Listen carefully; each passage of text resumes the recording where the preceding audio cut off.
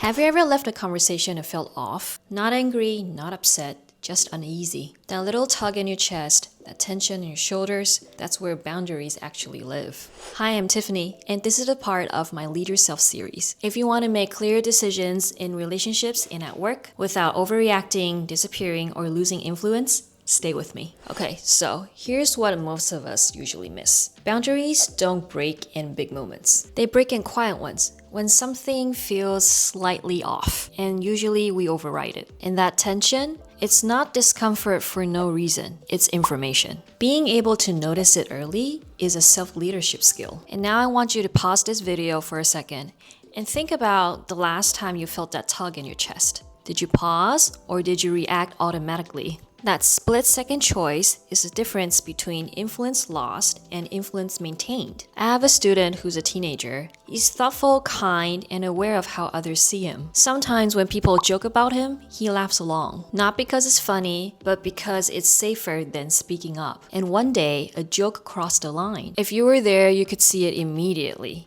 His posture stiffened, his smile froze, and his eyes flickered around, deciding whether to stay quiet or speak up. Like you knew he wanted to say something, but he didn't know how or whether it was worth the risk. If you ever smiled just to keep the peace, you would know that kind of moment. So you see, this is where boundaries live. Not in confrontation, but in hesitation.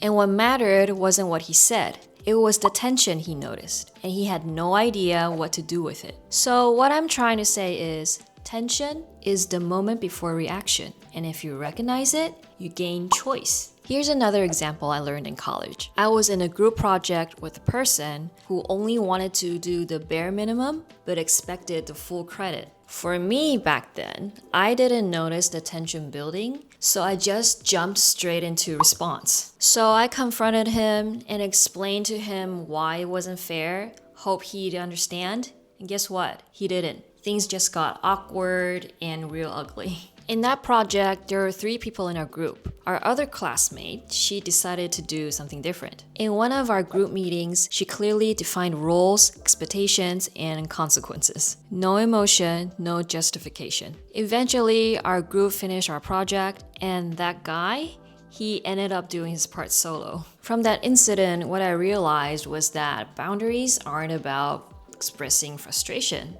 Is about creating clarity and structure. So here's the pattern in both stories. Tension appears either socially or professionally, and then most people ignore it or react emotionally, and hence, the influence is lost through silence or escalation. In this video, we're talking about self-leadership, which looks different. With self-leading skills, you notice the tension early, you pause before reacting, and you respond with clarity instead of emotion. And then you maintain your influence without force. This self-leading lesson, I saw it again in my own professional life. Before I became a teacher, I managed a gym over 300 members and coaches. And they taught me small tension can escalate fast between members, staff, even team projects. So learning to spot those tension early and pause and respond with clarity wasn't just useful in relationships. This skill shaped real outcomes. Smoother operation, better collaboration, and the influence maintained even under pressure. Self-leading isn't just a theory. It applies in relationships, classrooms, teams, and leadership roles. Boundaries are invisible lines that define what's acceptable for your time, energy, for your role. Most people notice them only after they've been crossed. And by then, you're already reacting. The real skill is seeing the line while it's forming. To make this skill practical, I've created a short worksheet for the Lead Yourself series. It helps you map where tension shows up, how you usually respond, and where clarity would help you protect your influence. The worksheet only takes 5 to 10 minutes, and the link is in the description box. Grab it if you need it. What you can do now is think about your own life. Work, relationships, family. Notice the moments when tension shows up before everything goes wrong or sideways. That self-leading skill, that awareness alone, changes how you move through situations. Boundaries aren't rigidity. They're staying present without losing yourself. Noticing tension isn't just awareness, it's a strategic skill. It's the foundation of self-leadership. In the next video, we'll talk about requests versus boundaries and why confusing those two quietly destroys your authority. Anyway, see you in the next video. Bye!